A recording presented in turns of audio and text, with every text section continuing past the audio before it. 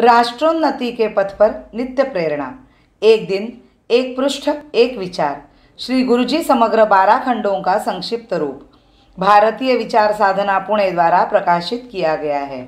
मैं डॉक्टर श्रीमती स्वाति सदानंद गोडबोले इन विचारों के एक पृष्ठ को प्रतिदिन वाचन के माध्यम से आप तक पहुंचाने का प्रयास कर रही हूं। यह प्रकाशित विचार हमें प्रतिदिन प्रेरणा देते रहेंगे। आज दिनांक 6 अप्रैल का विचार।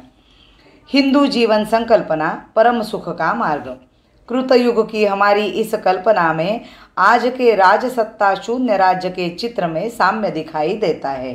साम्य यह है कि दोनों में राज्य की कल्पना नहीं है।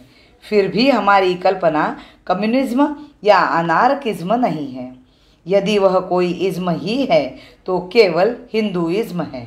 तेजी से चलने वाला चक्र और न चलने वाला चक्र दोनों दूर से एक जैसे दिखाई देते हैं, फिर भी दोनों में अंतर है।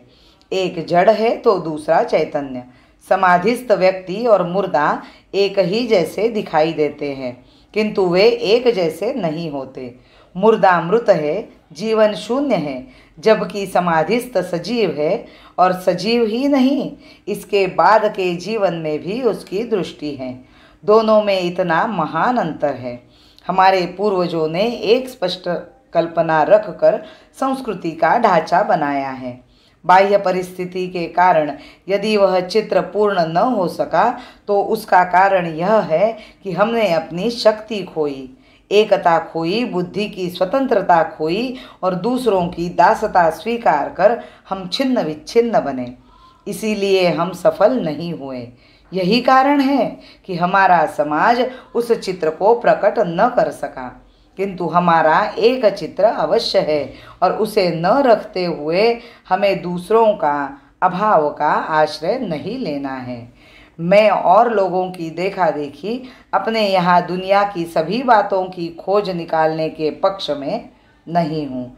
हवाई जहाज देखकर लोग कहते हैं कि यह तो वेदों में भी है। मैं ऐसा नहीं कहता। मेरा कहना है कि बाहर की सब बातों को शास्त्रों में मत घुसेड़ो। अन्य विचारों को लेकर हम हिंदू संस्कृति को बड़ा बताना नहीं चाहते। दूसरों के विचार उधार लेकर हम हिंदू संस्कृति के नाम पर उन्हें चलाना नहीं चाहते। हमारे अपने पुराने ग्रंथ हैं, उनमें एक समाज व्यवस्था है, एक विशेष प्रकार की राज व्यवस्था भी है। हमारे यहाँ ना विष्णु पृथ्वीपति ही कहा है, राजा विष्णु का ही रूप है।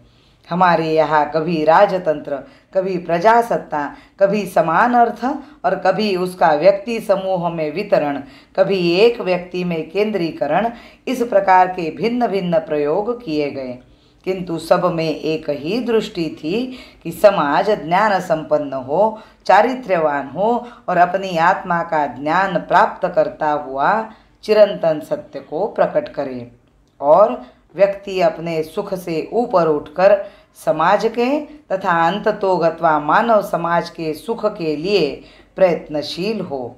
उसमें परस्पर द्वेष, द्रोह, वैमनस्य और अशांति का स्थान न हो। सब शांति के साथ जीवन बिताते हुए सुख प्राप्त करे। जननी जन्मभूमि स्वर्ग से महान है, जननी जन्मभूमि स्वर्ग से महान है। इसके वास्ते यह तन है मन है प्राण है, इसके वास्ते यह तन है मन है प्राण है, तन मन और प्राण है, तन मन और प्राण है। जननी जन्मभूमि स्वर्ग से महान है, जननी जन्मभूमि स्वर्ग से महान है। भारत माता की जय। वंदे मातरम।